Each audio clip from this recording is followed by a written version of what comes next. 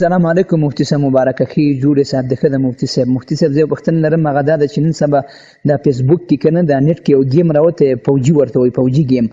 دا ډېر مسلمانان په مصروف دي او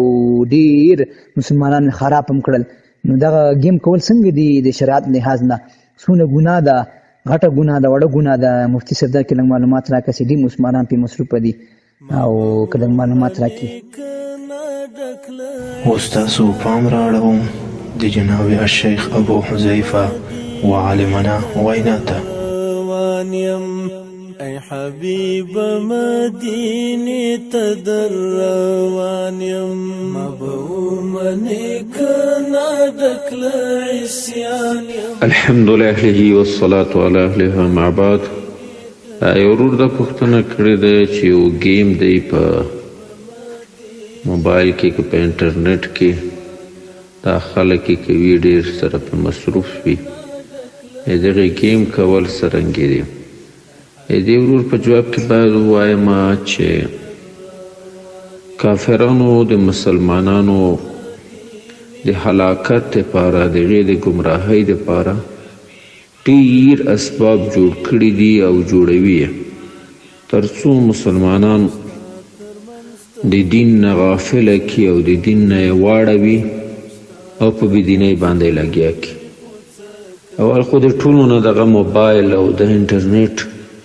دا سبب یو عظیم سبب د هلاکت د مسلمانانو دی ځوانان نن سبا ټول په انټرنیټ کې لګیا دي په کورو کې سړي ټول په انټرنیټ کې لګیا دي نو حتی داسې واقعات موږ ته راغلي دي چې زنانو ځانونه خلاص کړي دي یعنې طلاق یې اخیستی د مېړه په دې باندې چې هغه خپل په انټرنیټ کې لګیا وي خپل په ګیمو کې لګیا وي نو خپل کور والا حقوق نه ادا کوي همدارنګه چاته چې میلمه ورشي دوی هغه خپل په انټرنیټ کې لګیا وي میلمه دغسې ناست وي نو هر څوک ځان ته خوښوي چې ناست وي او په انټرنیټ کې لګیا وي نو په هغې کې چې څه غواړي هغه ټول شته نو دا ټول د مسلمانانو د هلاکت دپاره دا جوړ شوي دي مسلمانانو د تباهۍ لپاره نو بیا دا ګیمونه چې دي دا بیا بله یو عظیمه فتنه ده چې د مسلمان د اوقاتو د ضایع کولو دپاره او د مسلمان د قیمتي وخت او د قیمتي ژوند د دې ضایع کولو دپاره د کافرانو جوړ کړي دي دغه لوبې که دا گیم دی او که دا نورې دي دا ټولې په شریعت منوره کې حرامې دي نبی صلی الله علیه و آله و صحبه وسلم فرمایي کل لعب حرام ټول لعبې چې د دنیا یا د آخرت ګټه نه وي پکې دا حرام وي په دغې ګیمو کې نه د دنیا ګټه شته او نه د آخرت ګټه شته دا حدیث د دې دپاره چې دا لوبې حرامې دي په استدلال کې یو عظیم فقیه علامه ابن نجیم مصری را نقل کړي په البحر الرائق 8 جلد صفحه د 189 باندې کتاب الکراهیت همدارنګه فتاوای تمرتاشیه هغه هم وایي چې دا لوبې چې دي دا حرامې دي او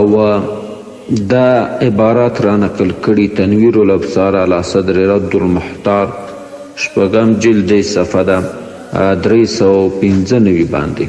کتاب الکراهیت او همدارنګه البدایع هغه 5 جلد صفحه د 128 باندې وایي چې دغه لوبې دا حرامې دي د کړل ناروا دي دا د مسلمان قیمتي وخت ضایع کوي او په دې کې نه د دنیا ګټه شته او نه د آخرت